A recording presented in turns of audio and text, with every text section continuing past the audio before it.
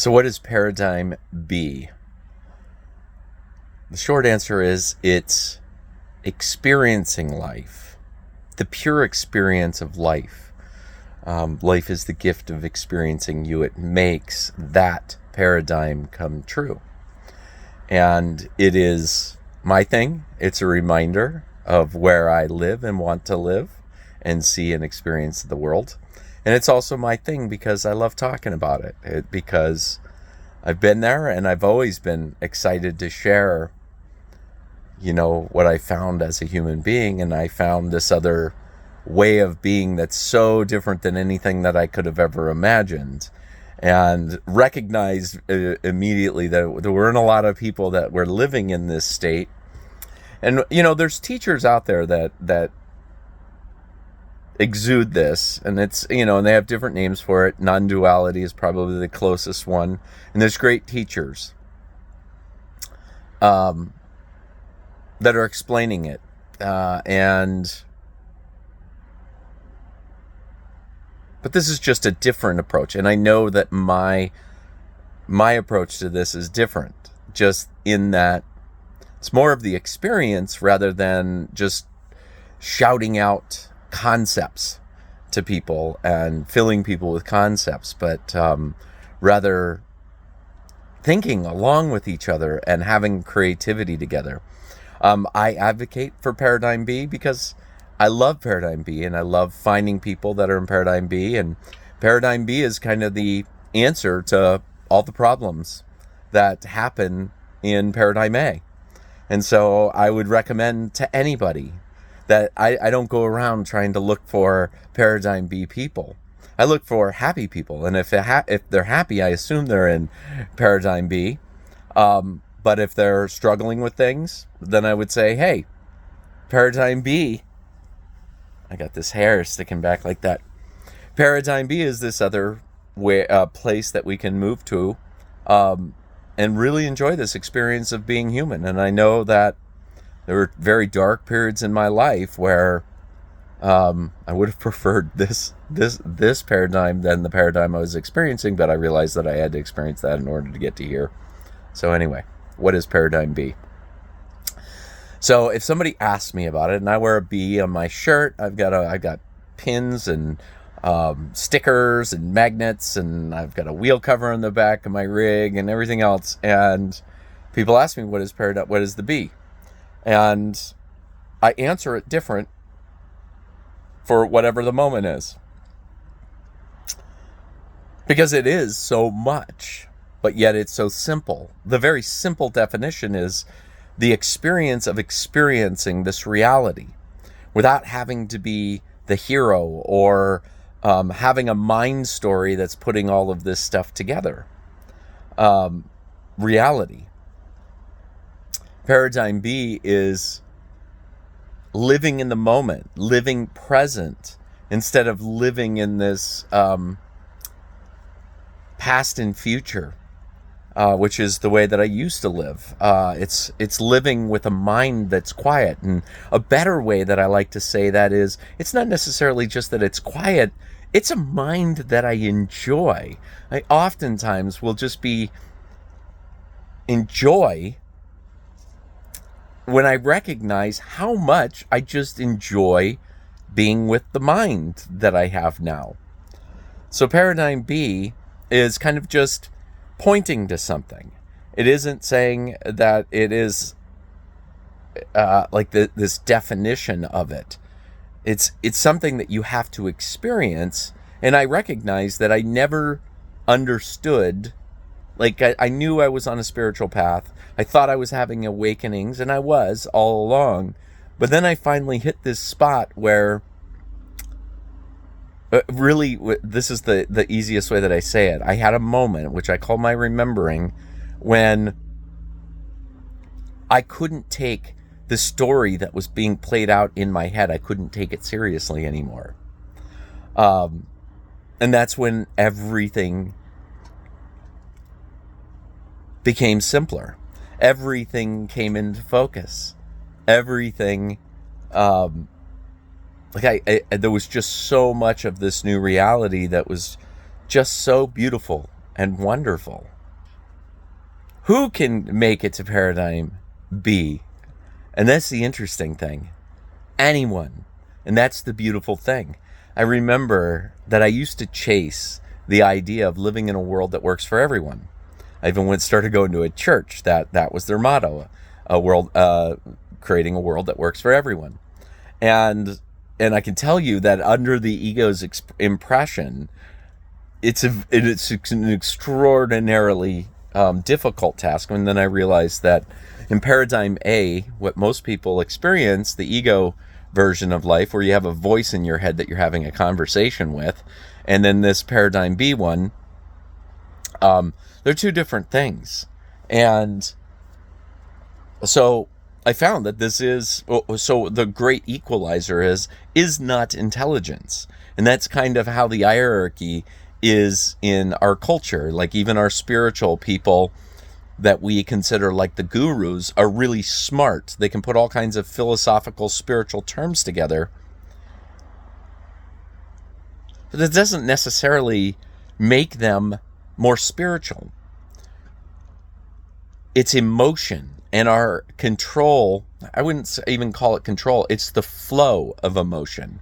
And so we are focused in our culture, and I'm American and I'm focused, and our culture is very focused on intelligence being the epitome of the hierarchy. Like the higher you can, like where we look up to IQ.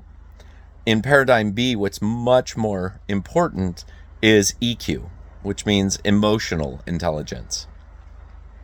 And so anybody, it doesn't matter who you are, where you come from, whatever, can experience paradigm B. And that's the beautiful thing. And that's a lovely thing. And sometimes, I don't even like to talk conceptually. I like more to play in this and enjoy it and be silly and weird. And it doesn't become this conceptual, intellectual place to be. And I can do that too. But I've found that that tires me out. And so I just think that that's a really cool place to be, is experiencing the world that that if other people were experiencing this, or you can move people towards that, they would be happy, they'll be content, they'll know what love feels like, they'll know what it means to have fun happen in their life all the time, to enjoy this ride of being a human being, without all the struggles and the hardships and all of that business.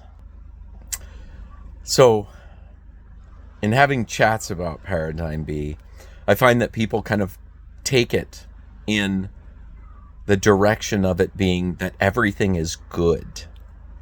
And meaning that it is some kind of moral principle that's behind Paradigm B. And that's just because people coming from a Paradigm A mind frame think that it's gotta be good. And it is good, but it's right moment good, meaning that, we don't always know when to be helpful, let's just say, meaning that, we have this, being kind and empathetic and whatever else. And so oftentimes that leads people to helping people that could have helped themselves. And in that case, they've done them a disservice. So Paradigm B is not about, and it's not about picking. I don't pick like this is good and this is bad. I have no intention. I just assume that's what is coming out of me is good, and it is right for that moment. And the only reason I know that is because it happened. Imagine that. And so, and sometimes, I let people,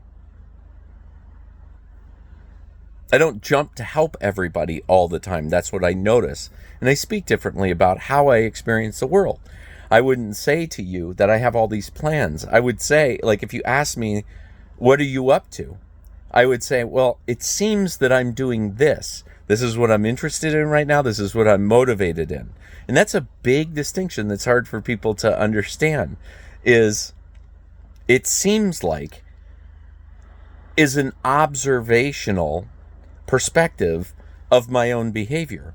Because I don't have a gatekeeper inside of my mind going, oh, you shouldn't do this, or you should do this, shouldn't do this, you should do this. Oh, were you mean to that person? Were you not mean to this person? I don't do that.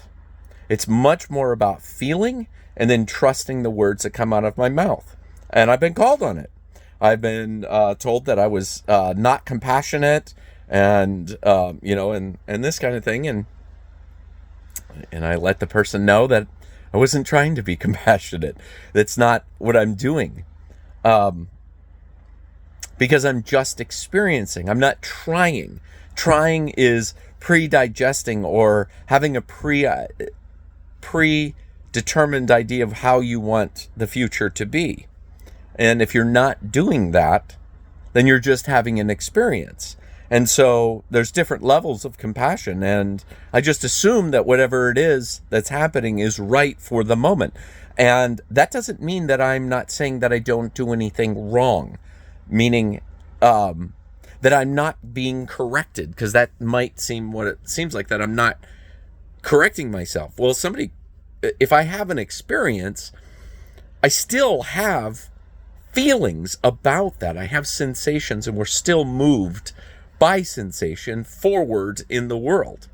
It's just that it's happening in the moment, and that impulse or whatever that motivation is to move or act or speak or whatever it is that I'm doing in that moment, I'm still doing that. It's just I'm not preconceiving it. So if I were to, let's say, be out of calibration would be a much better way to say it. I just wouldn't live in any kind of regret. I would have the sensation of what maybe regret feels like, and that's the correct. And then it's like being an autopilot. I understand that regret or that piece of information is just feedback, and it is setting my sails automatically. See, this is a great little analogy that's just coming out in this. That's really what Paradigm B is being on autopilot. And it's way more, Paradigm B is way more about perspective versus intention. And that's where I was going back. I'd use that example of the person who called me out for not being compassionate. Because I wasn't trying to be compassionate. I don't have the intent to be compassionate. I assume that my compassion will show up at the right place. And that's because I had for a long time been more interested in perspective than I was on my intention, because I can see that I spent most of my egoic life intending to be a good person. I always felt I was a good person. And then I was humiliated when I started to learn about psychology and narcissism and codependency, and I realized that I've always had this beautiful intention to be this beautiful person, but that need to be a good person was actually the thing that was hindering me being the best person that I can be in the world. And I recognize now that it is focusing much more on perception, meaning, let's just try to make an example here in the moment. If I have an intention, I might have an intention to be a good friend, let's say. And so I go out and I'm trying to get information that helps me understand how to be a good friend. Well, what's more important than that is, as I'm going about, the intention's there, and that's going to put me and my attention in one direction, and that's trying to figure out relations, right? But perception is what the most important part is. It isn't about necessarily having a bunch of friends. It's about having quality friends and being a quality friend. Well, how do you do that? Well, you have to look through and squeegee off your lens of perception, so that if you're being narcissistic or codependent, you twist it around. And you have to figure out, that's kind of the figuring out whether or not you're being one of those unconsciously, the thing that we don't understand.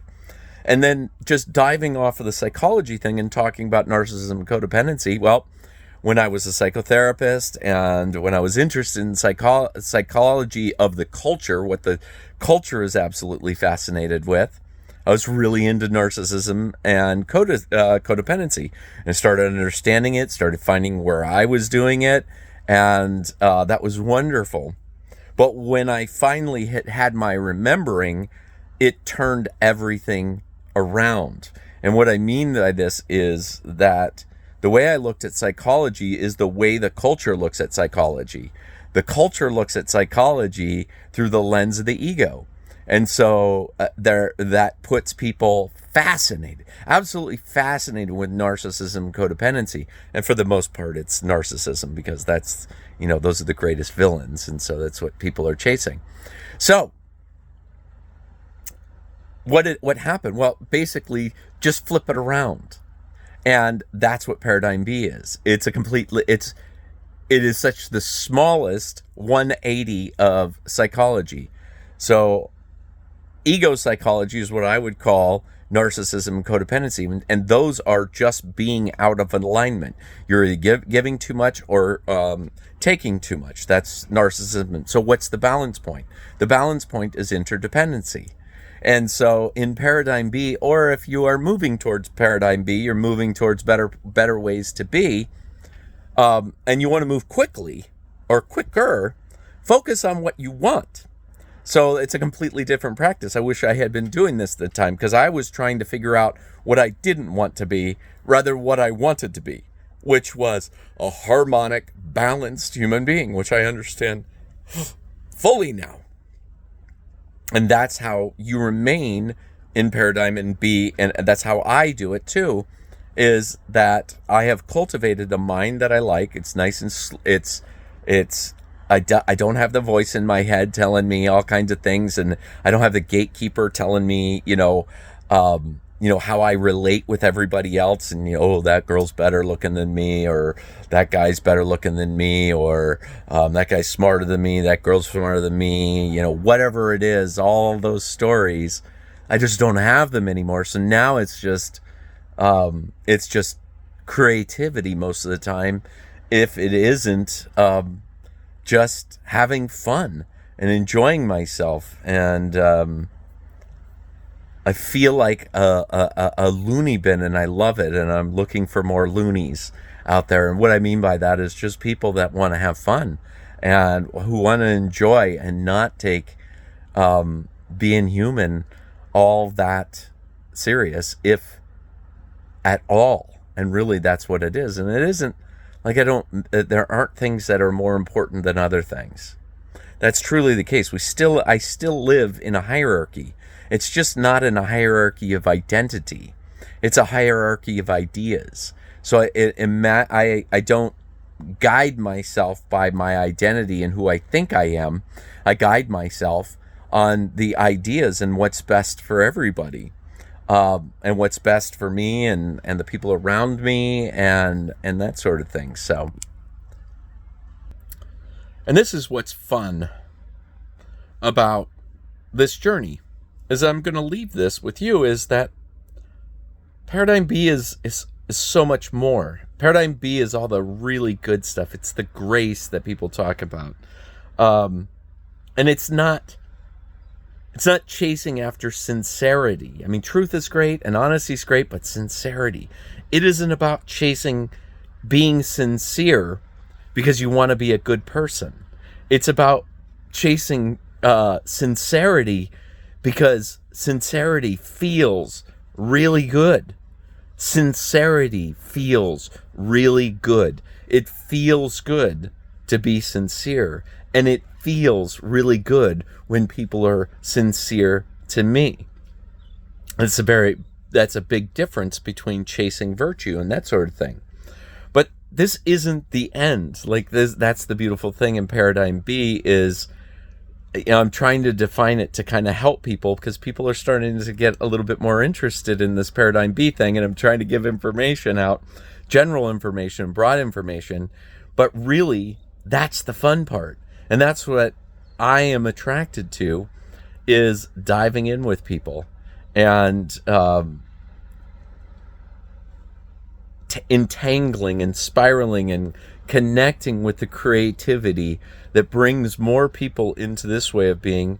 Well, this is a cool way of being, which is a world that works for everyone. It's this place where we don't have to sit there and be problem solvers all the time and think about all the dredges and the horrors in the world. We wake up and we're happy no matter what the world looks like, and then we're guided. We're guided effortlessly in the world to make the greatest change that we can. Because I assume that my interaction with anybody, doesn't matter what level of consciousness or where people are in their consciousness, is that I'm making my contribution, and you're making your contribution as well. So this is an open-ended question. This is what I absolutely dig. I love that I don't worry about making mistakes in this video, because it's a discussion, and we get to talk about it, and we get to discuss and meld creativity as one. Life is the gift of experiencing you. And I am behind you, experiencing you and helping you to experience you if you want it.